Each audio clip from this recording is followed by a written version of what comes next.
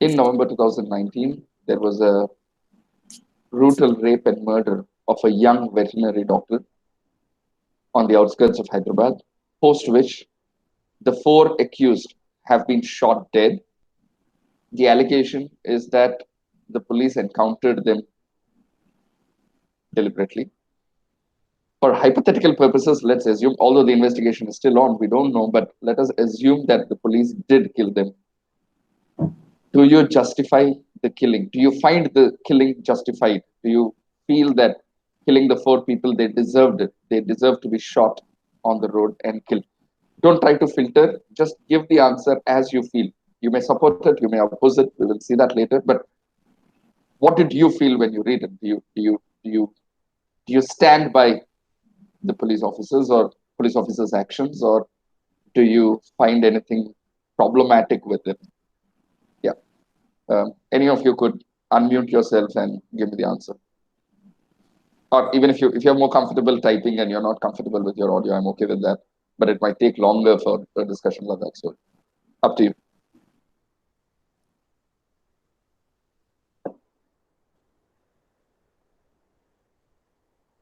Sir, good morning, sir. Good morning, Sharia.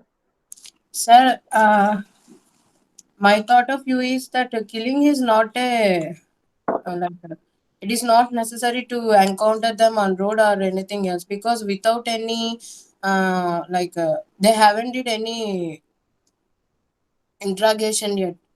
So it's not. I was thinking that it's not proper to kill them, but a proper judgment will be given.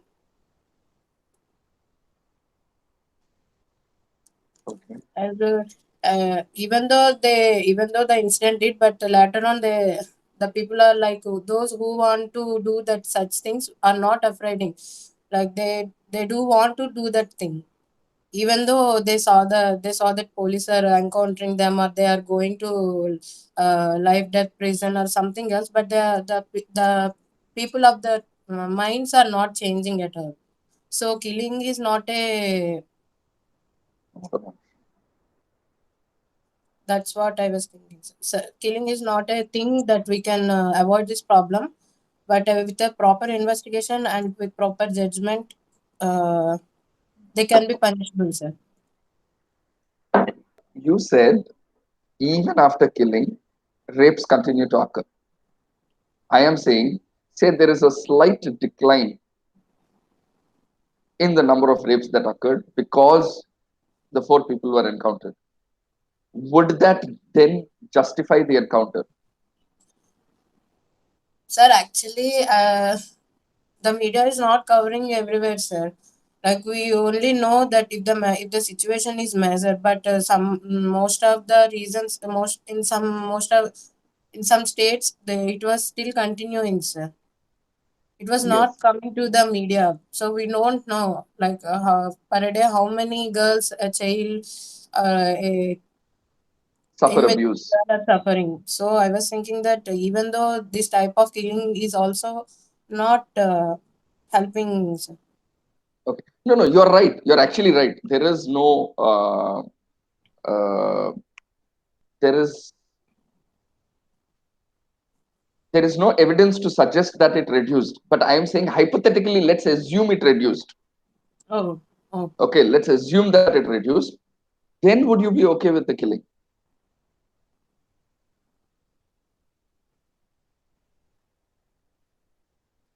no, sir. Why not? Because every person desires to give a chance. We should try to we should try to give him. We have to try to change him. It is like a psychological disorder, I think so, sir. So Interesting. one should Psychological disorder. Hmm. one should treat them. We should know their psychological situations and All right. everything. By that, Yeah. we may change them. Good. So killing is not a thing to do to eradicate or to prevent these rape Okay. cases. One Okay. should give a proper education on that. Good. Um, yes. Now, this is a common argument that people put that uh, Whether some people will agree that we need to reform them, others will say these are beyond reform. But whatever it is, a lot of people assume that acts such as these are motivated by psychological disorder. Okay, it's an interesting term that you use. Now,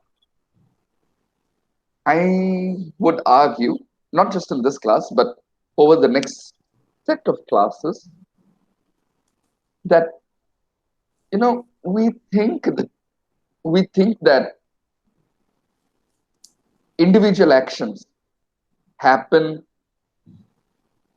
by the motive or will of that individual, but we fail to recognize how much of a particular action or a decision is actually a consequence of our social situation. You are suggesting that it was his psychological disorder because, one thing as a society we immediately do, because we know that when a crime happens, we are also in some ways responsible. And I'm not talking about being responsible in the sense that, oh, the girl should have been protected, or oh, they should have been educated. No, it's not as simple as that. We cannot think of ourselves as just individuals. Please understand. No, we are members of a family, and families that are part of a community, communities that are part of a society at large. Which is why when a crime happens, it rubs our conscience. Okay, we are not comfortable about it. Unfortunately, the way we then remove that guilt from ourselves is by saying they have a psychological disorder. I believe, I don't know them, but I believe that they were regular people, that there was nothing wrong with them, nothing wrong psychologically with them. And at least I've had my share of working with people in prisons, and I've also interacted with murderers and rapists. And I can tell you, when you talk to them, they don't have any psychological disorder. Or at least not, see, the word disorder is a little tricky because you would then argue, can somebody go and kill a person? Is he really in a normal state? Well, not psychological disorder of a clinical level disorder. No, they don't have clinical level disorders. Yes, they are deviant. Yes, they did not hesitate to take a life, in this case, so brutally, but they don't have psychological disorders. Instead, what is important is that there is something common among the social conditions of these convicts. Psychologically, they don't have so much disorder as much as the term that I will use now is sociologically, there are similarities between these people. And this is the crux of today's lecture, which is we try to understand how an individual and his story, an individual story is called a biography, you must be knowing, how biography is not just uh, purely by the individual.